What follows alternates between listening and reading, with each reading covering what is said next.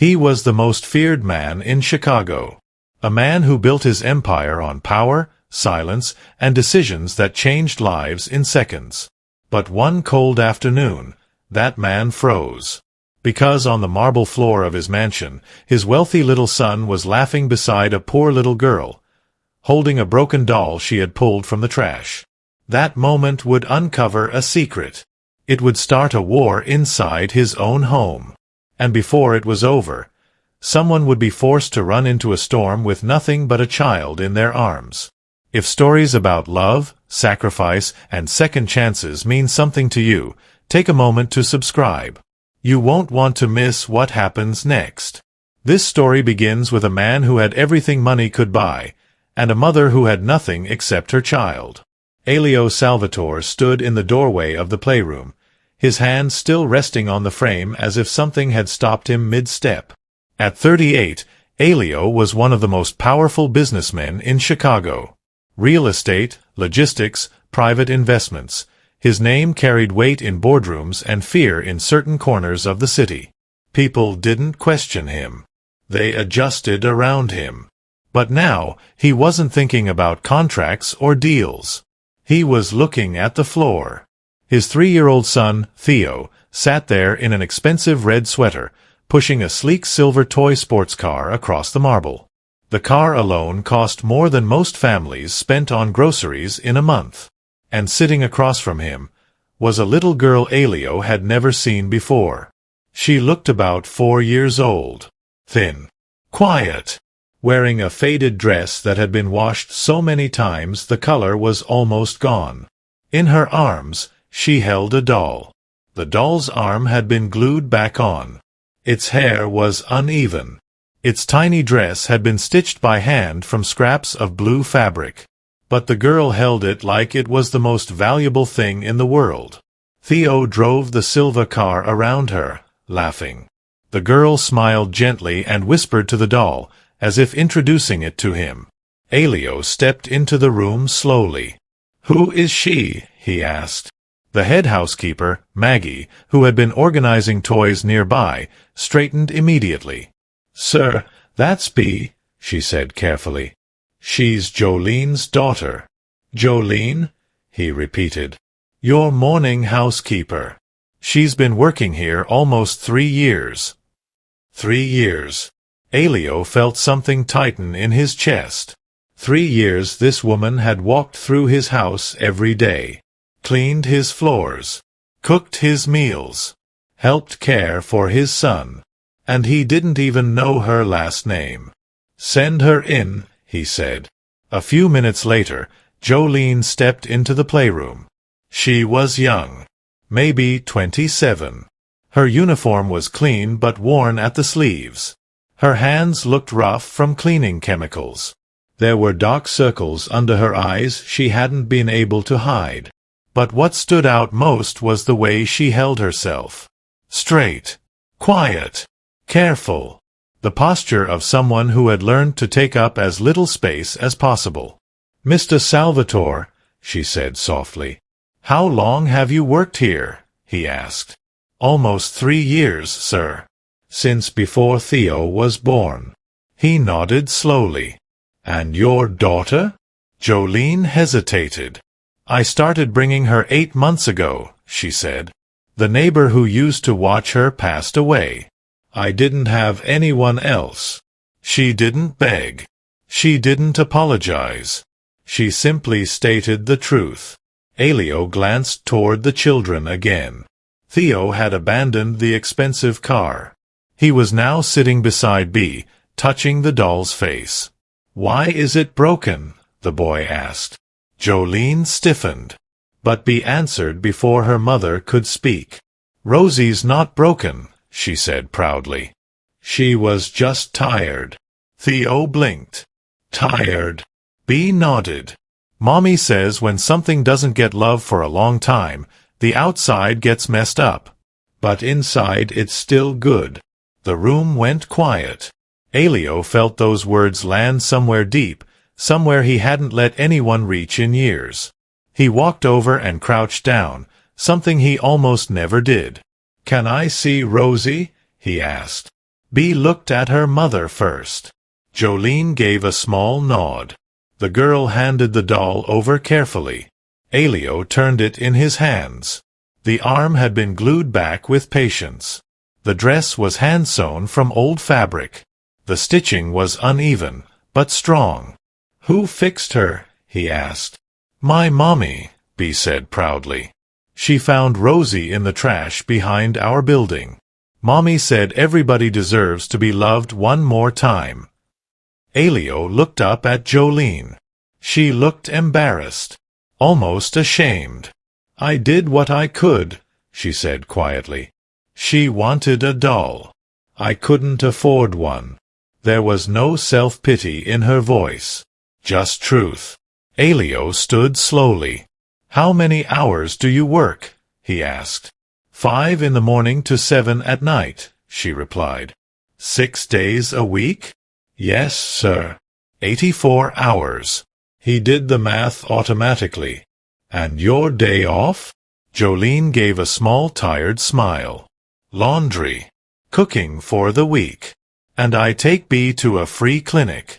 We usually stand in line for a few hours. Elio turned toward the window. Outside, gardeners were trimming imported roses. The monthly landscaping cost more than Jolene's salary. "Do you have health insurance?" he asked without turning around. "No, sir." "For your daughter?" "No." The silence stretched. Then he asked one more question. "Why didn't you tell anyone you needed help?" Jolene answered immediately. "Because you have more important things to worry about than the life of a housekeeper." The words were calm, matter of fact, but something about them stayed with him. Later that night, after the house had gone quiet, Elio sat alone in his office.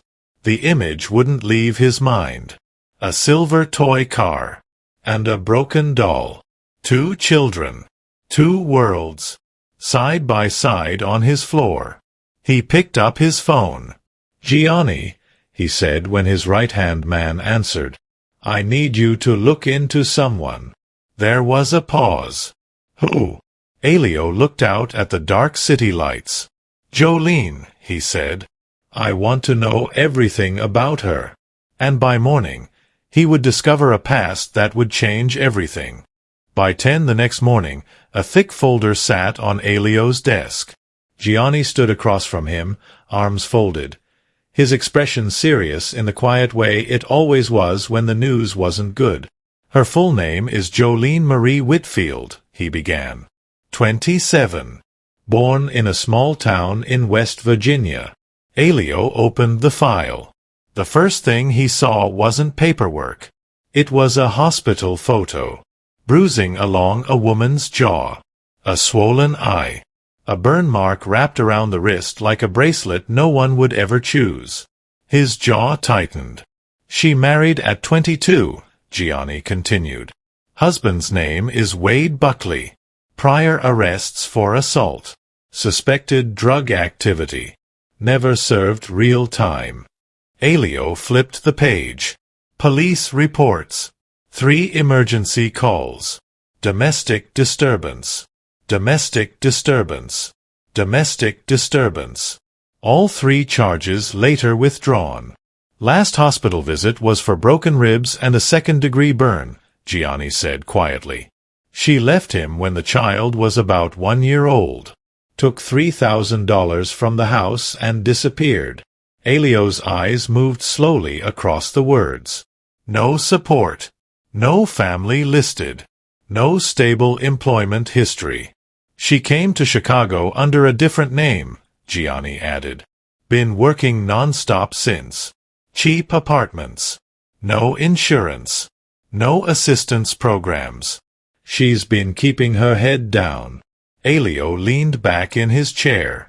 She running from him? He asked. Gianni nodded. He reported the money stolen. Not his wife missing. Since then, he's been asking around for her. Last confirmed location for him was Huntington, West Virginia. But his people have checked parts of the Midwest. The room went quiet. Elio closed the file slowly. He had seen a lot of things in his life. Betrayal. Violence. People destroyed over money and pride. But something about this felt different. This wasn't a woman looking for opportunity. This was a woman hiding. Does he know where she works? Elio asked. Not yet, Gianni said. But people like him don't stop looking. Eventually they get lucky. Elio's fingers tapped once against the desk. Then he nodded. Keep eyes on her, he said. Discreet. She doesn't need to know. That evening, Elio came home earlier than usual. The house was quieter than normal. No meetings. No calls waiting. As he passed Theo's room, he heard a soft sound. Not crying. Mumbling. He pushed the door open. Theo was asleep, curled on his side, one small hand clutching the blanket. And in his sleep, the boy whispered one word. Joe. Elio stood still. The boy didn't say Mommy. He didn't say Dad. Joe. Again. Softer. The nickname Theo had given Jolene. Elio looked around the room. Expensive furniture. Designer toys. A bed big enough for a teenager. And still, his son was reaching for the woman who earned less in a month than Elio spent on dinner with business partners. Something heavy settled in his chest. Later that night, he called Gianni again. I want 2 men on her, Elio said. When she leaves the house. Every night. Protection. Gianni asked. Yes. There was a pause. You getting attached, boss? Elio didn't answer right away. Then he said quietly, My son already is. The next morning, Maggie sent Jolene to his office. She walked in slowly, hands folded together, shoulders tight. People didn't get called into Elio Salvatore's office for good reasons. Sit, he said.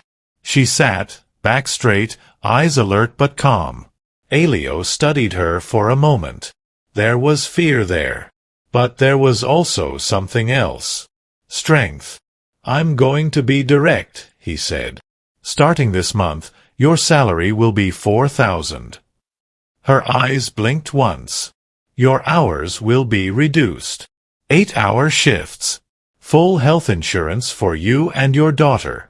And B will have a room upstairs so she doesn't have to wait in the staff areas. Silence filled the room. Jolene didn't smile. She didn't cry. Instead, she slowly shook her head. I can't accept that. Elio frowned. I don't take charity, she said quietly. There was no attitude in her tone. Just fear. The kind that came from experience. I trusted a man once when he promised to take care of me, she continued. I won't make that mistake again. For a moment, Elio didn't speak. Then he leaned back slightly. This isn't charity, he said. This is correction. She looked confused. I underpaid you, he went on. You worked excessive hours. No insurance. No overtime. That's on me. What I'm offering now is what you should have had from the beginning. Jolene studied his face carefully. Then I want it in writing, she said. Contract. Terms. Hours. Everything. Elio picked up the phone. Franklin, he said. Come to the house. Employment contract. He hung up and looked back at her. You'll sign only when you agree to every line. For the first time, the tension in her shoulders eased. Thank you, she said. It wasn't gratitude. It was relief. Over the next few weeks, things inside the house began to shift. Bea started spending her afternoons upstairs instead of sitting quietly in corners. Theo followed her everywhere. At school orientation, they refused to separate. The teacher eventually gave up and placed their desks side by side. But the biggest change wasn't the children. It was Elio. He began coming home earlier. At first, just once or twice a week. Then almost every day. One evening, he walked into the kitchen and found Bea sitting at the counter with a children's book. She was frowning at a word. Elio pulled out a stool beside her. "Let's try it together," he said. Letter by letter, he guided her through it. When she finally said the word right, her whole face lit up. Behind them, Jolene stood in the doorway, holding a dish towel, watching quietly. Theo tugged at her sleeve. "Joe, sing," he asked. She sat beside him and began humming a soft Appalachian lullaby. The kitchen felt warmer somehow. Like a home. For the first time in years, Elio sat there without checking his phone. Just listening. Just watching. And for a brief moment, the distance between rich and poor, employer and worker, powerful and powerless, didn't feel so wide. But peace inside a house like this never lasted long. Because on a Friday afternoon, a black limousine pulled up to the front gates. And when the front door opened, Priscilla Salvatore stepped inside. She wasn't there for her husband. She wasn't there for her son. She was there for the charity gala the next night. Her heels echoed sharply across the marble as she walked toward the dining room. Then she stopped. Bea was sitting beside Theo at the table, wearing a brand-new school uniform, the same one as her son. Priscilla's eyes narrowed slowly, and in that moment, the quiet balance inside the house began to crack. Priscilla didn't move at first. She just stood there, her sunglasses still on, her hand resting lightly on her designer handbag as she took in the scene. Theo was laughing. Bea was laughing with him. 2 lunch plates sat on the table. Same food. Same cups. Same chairs. And next to Theo's seat was a school backpack with the same private academy logo. Priscilla slowly removed her sunglasses. "What is this?" she asked. Her voice wasn't loud. It was sharp. Controlled. The kind of quiet that made people uneasy. Theo stopped laughing immediately. Bea froze, her fork halfway to her mouth. From the kitchen doorway, Jolene stepped forward. Her hands were still damp from washing dishes, but she wiped them quickly on her apron and stood straight. "Mrs. Salvatore," she said carefully, "I was just giving them their afternoon meal." "I didn't ask what you were doing," Priscilla replied. Her eyes moved slowly over Bea. The uniform. The clean shoes. The brushed hair. Then she looked back at Jolene. "I asked why your child is sitting at the same table as my son." The room went very quiet. Jolene opened her mouth, but before she could answer, Priscilla walked closer. Her heels clicked softly against the floor. "Why is she wearing the same school uniform?" Priscilla continued. "Why does she have the same backpack?" Bea looked down at her lap. Theo shifted in his chair. Jolene kept her voice steady. "Mr. Salvatore approved the school enrollment," she said. Priscilla's eyes narrowed. "Of course he did." There was a small smile on her lips now, but it didn't reach her eyes. "I've seen this before," she said softly.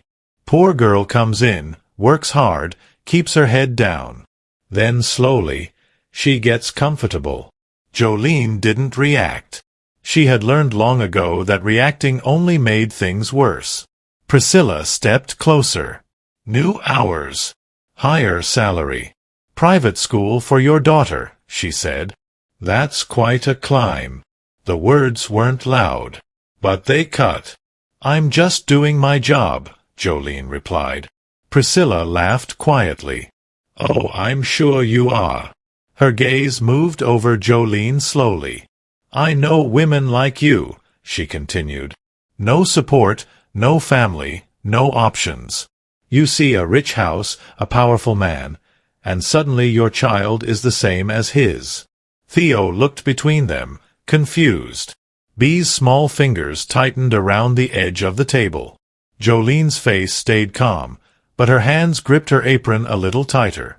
"I'm not trying to be anything except a mother," she said. For a moment, Priscilla just stared at her. Then she leaned in slightly. "You'd better remember your place," she said quietly. The kitchen door opened behind them. Elio stood there. He had come home early again. And he had heard enough. "That's enough," he said.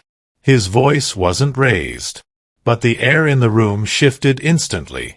Priscilla turned toward him. "Perfect timing," she said. "Maybe you'd like to explain why the help is being treated like family." Elio walked into the room slowly. Theo slid off his chair and ran to him. "Dad," he said, holding onto his leg. Elio rested a hand on his son's head, then looked at Priscilla. "She works here," he said. "She takes care of our son. And she's done more for him than anyone else in this house." Priscilla's expression hardened. "So now she's more important than your own wife?" Elio didn't hesitate. "My son calls her name in his sleep," he said. "He's never called yours." The words landed heavy. Priscilla's face flushed. For a second, no one spoke. Then she turned sharply and walked out of the room, her heels striking the floor harder this time. The front door slammed a moment later. Theo looked up at his father. "Is Mom mad?" he asked quietly. Elio crouched down. "No," he said. "She just doesn't understand yet." Across the room, Jolene stood very still. When Elio looked at her, she gave a small nod and quietly guided the children back to their seats. But her hands were trembling. That night, Priscilla didn't stay quiet. She made a phone call from the master bedroom. Her voice was low, controlled, but full of anger. She spoke about humiliation, about losing influence, about a maid stepping into spaces she didn't belong. And by the time she ended the call, her mind was already made up. 2 days later, Elio left early for a full-day meeting across the city. The house was quieter than usual. Around mid-morning, Maggie came to the kitchen. "Mrs. Salvatore would like to see you," she told Jolene. Jolene wiped her hands slowly. She already knew this wasn't going to be a friendly conversation. Priscilla was waiting in the living room. She sat on the sofa, legs crossed, posture perfect. A white envelope rested on the table in front of her. When Jolene stepped in, Priscilla didn't waste time. "You're fired," she said. The words were calm, final. Jolene blinked once. "I have a contract with Mr. Salvatore," she replied. Priscilla slid the envelope across the table. "There's $5,000 in there," she said. "Take it and disappear. Today." Jolene didn't touch it. "I'm not leaving," she said quietly. Priscilla stood. Then she stepped closer. Very close.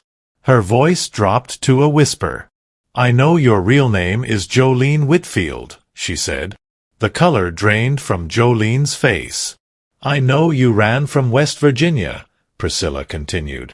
"And I know there's a man there who's been looking for you." Jolene's breathing stopped for a moment.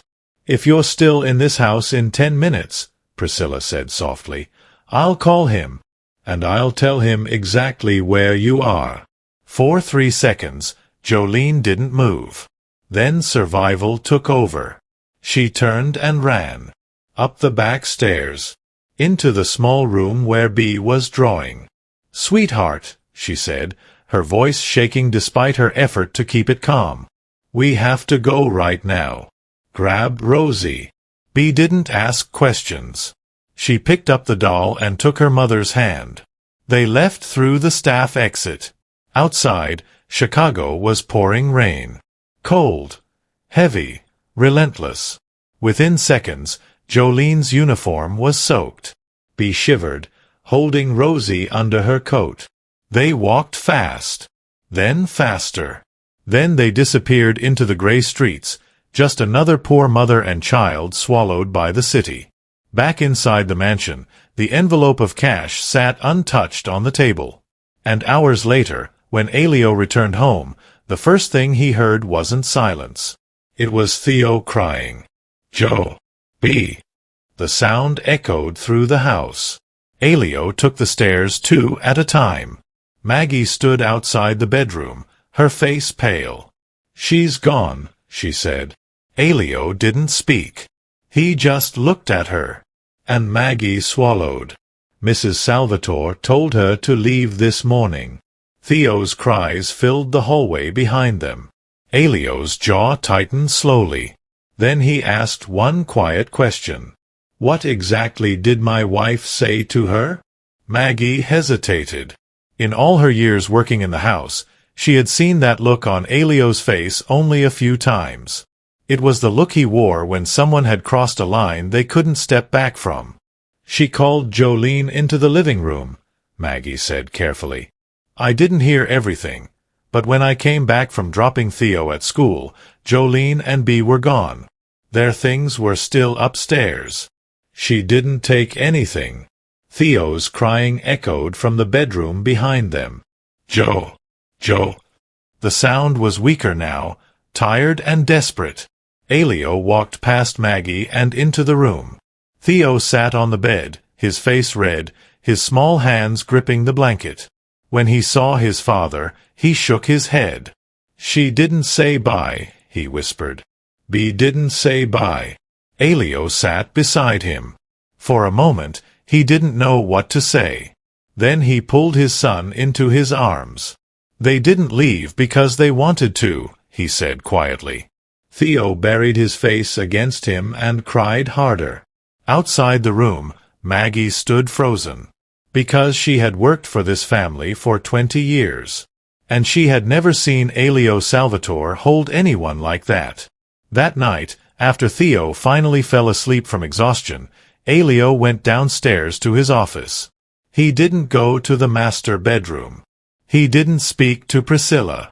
He closed the office door and called Gianni. "I need her found," he said. There was no greeting. No explanation. Jolene left the house this morning. She took the child. No money. No phone. She ran.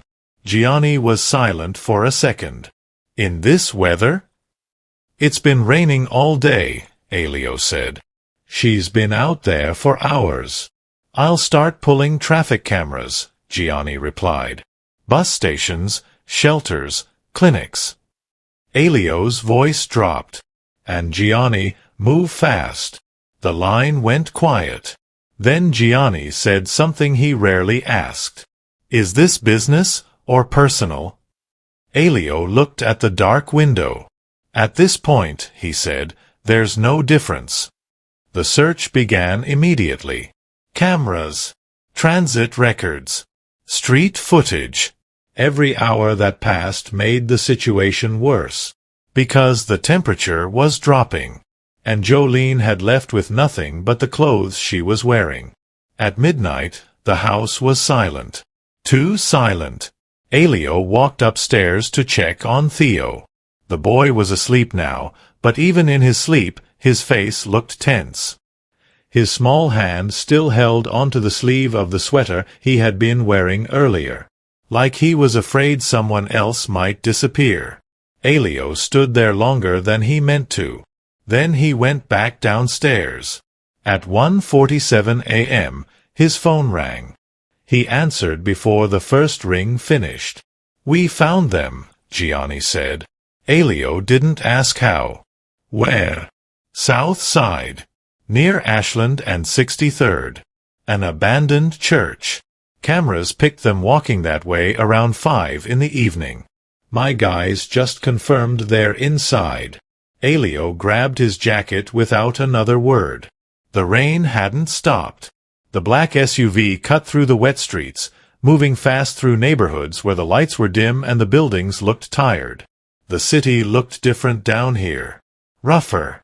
Forgotten. Elio stared out the window the whole way. A mother had walked these streets for hours. In the cold. With a 4-year-old child. Because she had been too afraid to stay in his house. The car stopped in front of the church. The building stood dark and broken, its windows cracked, weeds growing along the steps. One of Gianni's men stepped forward. "They're inside, boss." "Back corner." Elio nodded and walked in alone. The door creaked as he pushed it open. The air inside smelled damp and old. Moonlight filtered through broken glass, casting pale shapes across the floor. For a moment, he didn't see them. Then his eyes adjusted. They were near the far wall.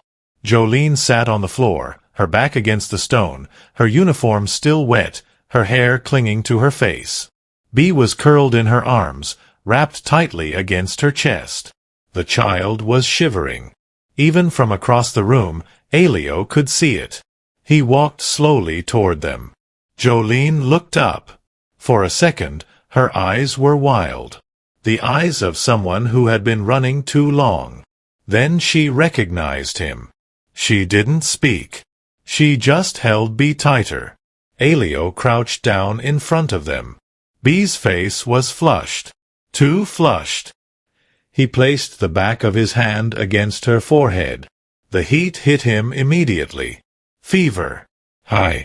Without saying a word, he removed his jacket and wrapped it around her small body. Bee's eyes fluttered open. She looked at him through the haze. Then she smiled weakly. "Mommy," she whispered. "I told Rosie he'd come." Jolene's face broke. Not loudly. Not dramatically. Her shoulders just started shaking as tears ran silently down her cheeks. She had held it together all day. All the fear. All the running. All the cold. Now there was nothing left to hold. Elio lifted Bee carefully into his arms. She felt too light. Too fragile. Jolene tried to stand but staggered. He turned slightly. "Easy," he said quietly. Gianni was already at the door. The SUV engine was running. They drove straight to a private medical clinic.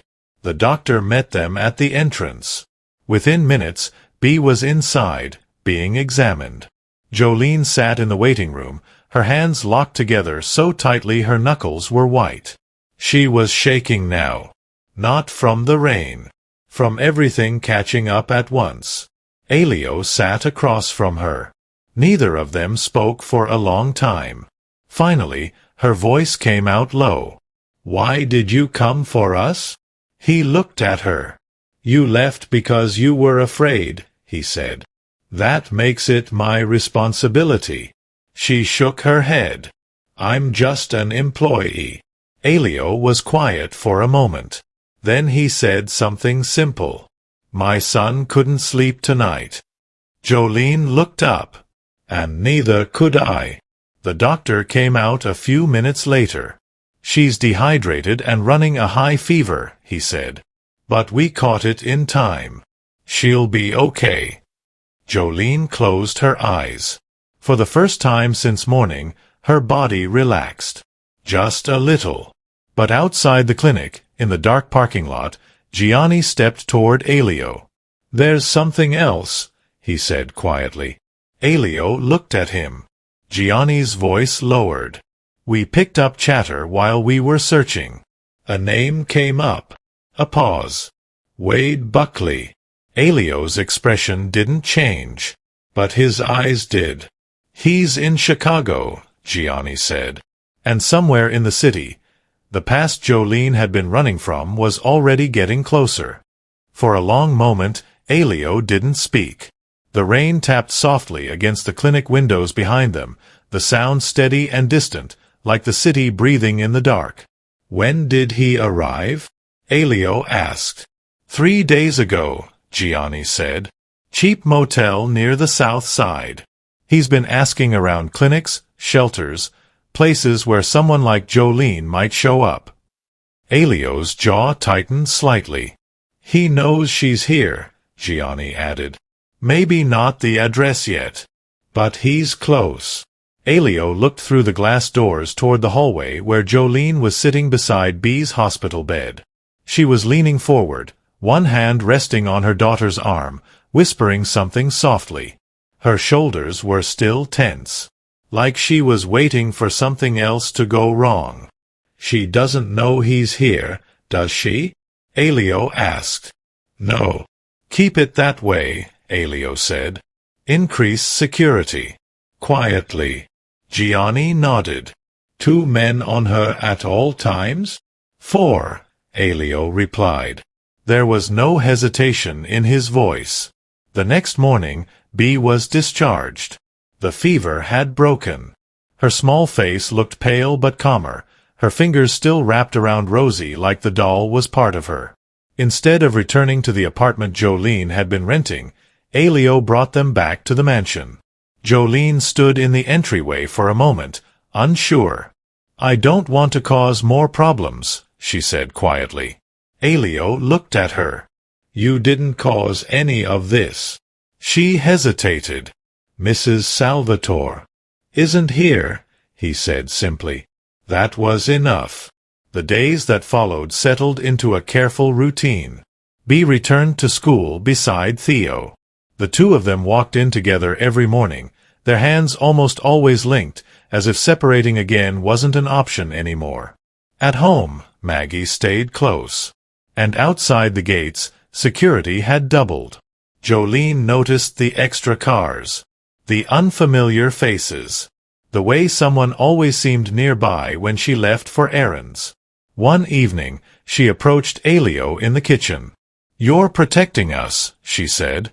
It wasn't a question. Elio set his coffee down.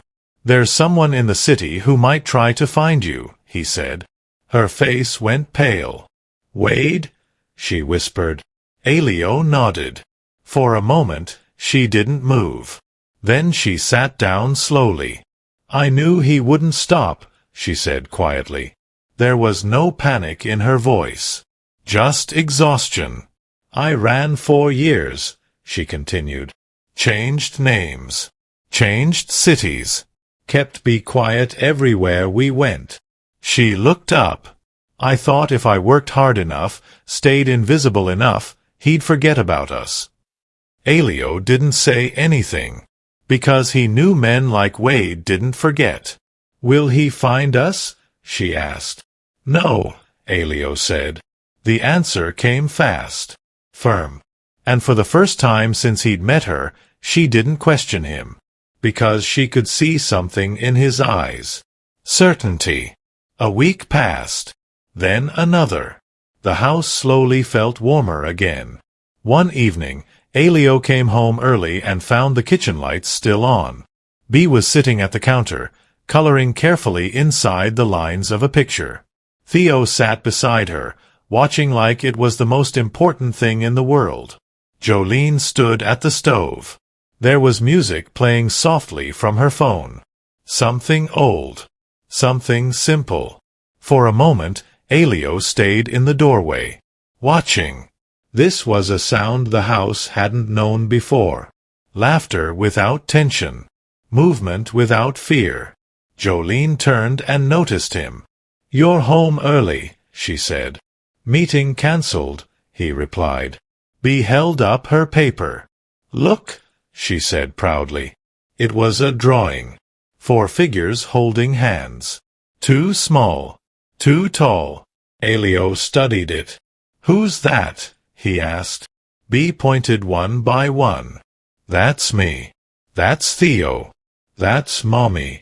Then she pointed to the last figure. That's you. The kitchen went quiet. Jolene looked down at the counter. Theo nodded seriously. You're here every day now, he said. Elio didn't answer right away.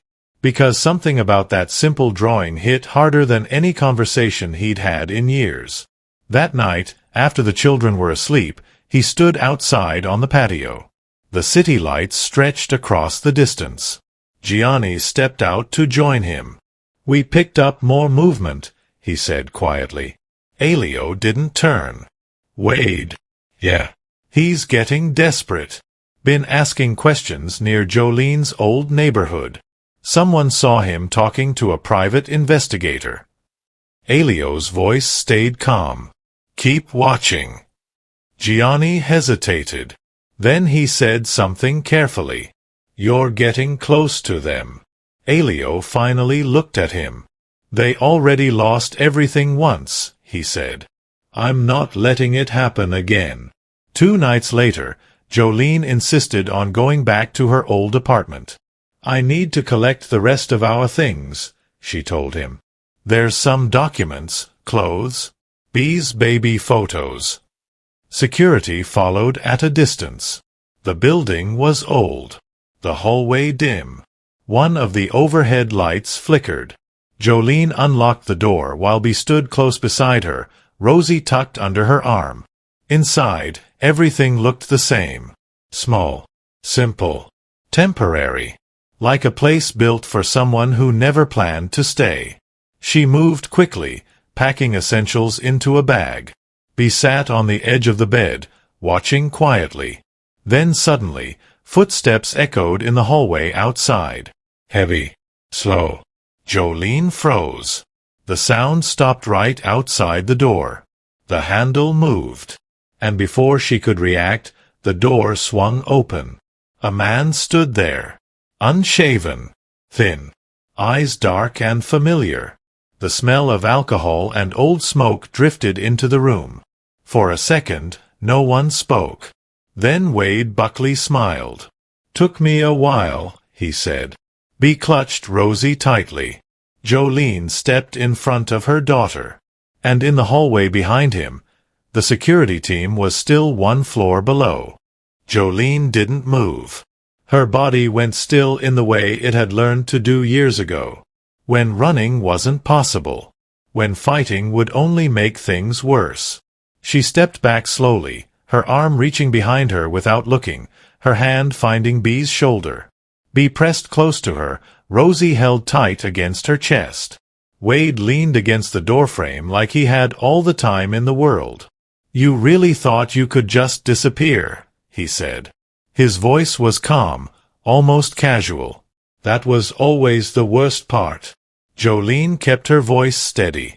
You need to leave, she said. Wade laughed under his breath and stepped inside, closing the door behind him. I've been driving across 3 states looking for you, he said. And that's the first thing you say? His eyes moved past her. They landed on Bee. For a second, something changed in his expression. Possession. That's my kid, he said. Bee hid her face against Jolene's back. She's not yours, Jolene replied quietly. Wade's smile faded. Blood says she is. He took a step forward. Jolene moved with him, keeping herself between him and her daughter. Don't come any closer, she said. But Wade didn't stop. You took my money. Took my child. Ran like I was the problem, he said. You think you get to start over? You think some rich house you work in changes who you belong to? Bee started crying softly. The sound broke something inside Jolene. 4 years of fear. Of running. Of keeping quiet. No one belongs to you, she said. Wade's hand shot out. He grabbed her hair and yanked her forward. Bee screamed. The world narrowed in an instant. Jolene fell to her knees, but she didn't try to pull away. Instead, she turned, wrapping both arms around Bee, pulling her close, covering her with her body. The same instinct that had carried her through every bad night. Protect the child. Take the hit. Wade cursed and reached down, grabbing her shoulder, trying to drag her away. Get up, he shouted. You're coming with me. Heavy footsteps thundered down the hallway. Then the apartment door slammed open again. 2 men moved fast and without hesitation. One grabbed Wade's arm, twisting it behind his back. The other drove him face first into the floor. The air left his lungs in a harsh grunt. Within seconds, his wrists were restrained. Wade struggled, cursing, but it was useless. The security team had been trained for situations exactly like this. Jolene stayed curled around Bee, shaking now that the danger had stopped. One of the guards stepped closer. Ma'am, you're safe, he said gently. Bee was still crying, Her small hands locked around her mother's shirt. Rosie had fallen to the floor nearby. The guard picked up his phone. "Target located," he said. "Subject restrained. Mother and child are safe." Across the city, Gianni listened. Then he turned toward Elio, who was standing near Theo's bedroom, having just tucked him in. 2 words were enough. "We found him." Elio didn't ask who. He was already reaching for his jacket. The drive took less than 15 minutes. The SUV stopped hard in front of the building. Elio climbed the stairs quickly, his expression unreadable. But Gianni, walking behind him, recognized something he hadn't seen in years. This wasn't business anger. This was personal. When Elio reached the apartment, the hallway lights flickered overhead. Wade lay on the floor, restrained, blood drying at the corner of his mouth. He was still muttering threats. But Elio didn't look at him. His eyes went straight to the corner of the room. Jolene sat on the floor, her back against the wall. Her hair was loose and tangled. One side of her face was already bruising. There was a thin line of dried blood at her lip. But she wasn't crying. Her eyes looked empty. Bea sat in her lap, face buried against her chest, shoulders shaking. And on the floor beside them, Rosie lay on her back. Elio walked over slowly. He crouched down in front of Jolene, making sure she saw him coming. She flinched when his hand moved. Not because she was afraid of him. Because her body still remembered what hands usually meant. But his touch was gentle. He took a clean handkerchief from his pocket and carefully wiped the blood from the corner of her mouth. "No one touches you again," he said quietly. There was no anger in his voice. Just certainty. Jolene looked at him. For a moment, she searched his face the way someone does when they've been promised things before. Looking for the catch. The weakness. The lie. But she didn't find one. Her eyes filled slowly. Not with fear. With something softer. Something she hadn't allowed herself to feel in a long time. Bea lifted her head and saw him. Then she looked down at the floor.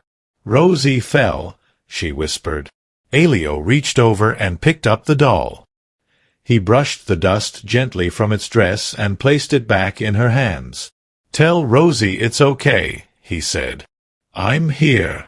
Bea nodded and hugged the doll tight. Only then did Elio stand. He turned toward Wade. For the first time, he really looked at him. The man who had burned Jolene's wrist. Who had dragged her by the hair. Who had made a child scream in fear. Wade tried to speak. "Man, you don't know what she—" Elio didn't answer. He didn't threaten. He didn't shout. He simply looked at Gianni. And Gianni understood. That look meant the decision had already been made. No discussion. No negotiation. As the guards lifted Wade from the floor, Jolene's voice came quietly from behind him. "What are you going to do to him?" Elio paused. Then he turned slightly. "Whatever it takes," he said. And for the first time since Wade had walked into that apartment, Jolene realized the man she worked for wasn't just protecting her. He was about to change the course of Wade Buckley's life forever. Wade Buckley disappeared from Jolene's life that night. Not quietly. Not gently. Within 48 hours, charges were filed. Old records resurfaced. Violations of parole, assault, outstanding warrants tied to drug distribution across state lines. The system that had once failed Jolene finally caught up to him. This time, there would be no walking away. When the news was confirmed, Elio didn't deliver it in his office. He found Jolene in the kitchen early one morning, standing by the window while Bea ate breakfast beside Theo, the 2 children arguing softly about who got the blue cup. For a moment, he watched them first. Then he spoke. "He won't be coming back," Elio said. Jolene turned slowly. She didn't ask what that meant. She didn't ask for details. She had lived long enough to understand the tone. "Is it finished?" she asked quietly. "Yes." She stood there for a long moment. Then her hand moved without thinking, pulling up the sleeve on her wrist. The burn scar showed in the morning light. For years, she had hidden it. Now she just looked at it. And for the first time, she didn't see fear. She saw something that was finally over. Her knees gave slightly, and she reached for the back of a chair. Elio stepped forward instinctively, but she didn't fall. She steadied herself. Then she did something he didn't expect. She cried.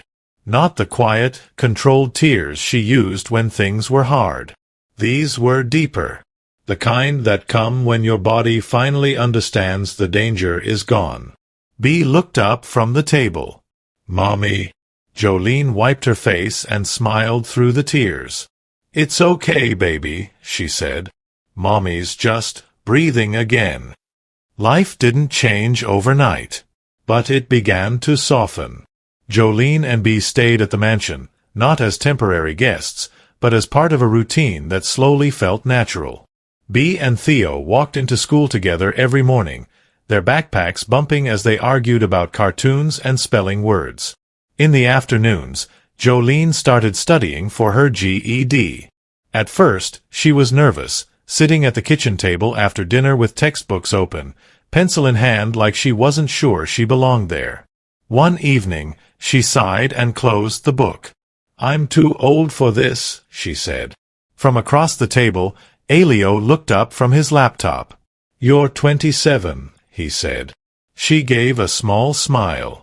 "It feels older when you've been surviving instead of living." Elio closed his computer. "You survived for your daughter," he said. "Now you get to live for yourself." She held his gaze for a moment. Then she opened the book again. Months passed. Slowly, carefully, the house became something it had never been before. Not just quiet. Warm. There were dinners in the kitchen instead of meals alone in offices. Bedtime stories that sometimes turned into laughter when Elio forgot the ending and made up something ridiculous. Saturday mornings where Bea and Theo built castles out of pillows while Jolene drank coffee and actually sat down instead of rushing through chores. One night, during a summer storm, the power flickered and went out. Thunder shook the windows. Theo ran straight to Elio. Bea ran straight to Jolene. The four of them ended up in the master bedroom, candles lit around them, blankets spread across the bed. "Tell a story," Bea whispered. Elio hesitated. He had spent his life negotiating contracts, building companies, making decisions that affected thousands of people. But stories had never been his strength. Still, two small faces looked up at him. So he began. He told them about a little girl who found a broken doll and loved it so much that it became strong again. About a boy who thought he had everything but learned that what he really needed was someone to come home to. About a house that was big and empty, until people filled it with care instead of silence. By the time the storm passed, both children were asleep. Jolene sat at the edge of the bed, watching him.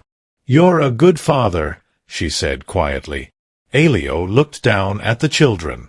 "I had help," he replied. For a long moment, neither of them spoke. Then Jolene said something softly. "I spent years praying for safety. I didn't realize I was also praying for a second life." Elio turned toward her. "I spent years building power," he said. "I didn't realize I was building a house that didn't feel like a home." Their eyes met. And this time, neither of them looked away. 2 years later, the mansion looked different. Not because the furniture changed. Because the feeling had. Theo, now older, raced across the living room floor with Bea beside him, the two of them arguing about whose turn it was to guard the castle they had built out of blocks. On a shelf near the fireplace, inside a clear glass case, sat Rosie. The same cracked arm. The same hand-sewn dress. One afternoon, Theo pointed at it. "Why do we keep her there?" he asked. Elio lifted him onto his lap. "Because Rosie reminds us of something important," he said. "What?" Elio looked across the room. Jolene sat on the sofa, one hand resting gently over her growing belly. Bea leaned against her, talking to the baby like it could already hear her. "The most valuable things in life aren't the ones you buy," Elio said quietly. "They're the ones you choose to love, even when they're broken." Jolene looked up at him. And in that moment, the house that had once been divided by wealth and fear felt whole. Because in the end, it wasn't money that saved them. It wasn't power. It was a mother who refused to give up. A child who believed broken things could still be loved. And a man who finally understood that real strength isn't in control. It's in kindness. Because sometimes, the greatest wealth a person can build is a family that chooses each other every day. If this story touched your heart, please subscribe and tell me in the comments which region you're watching from.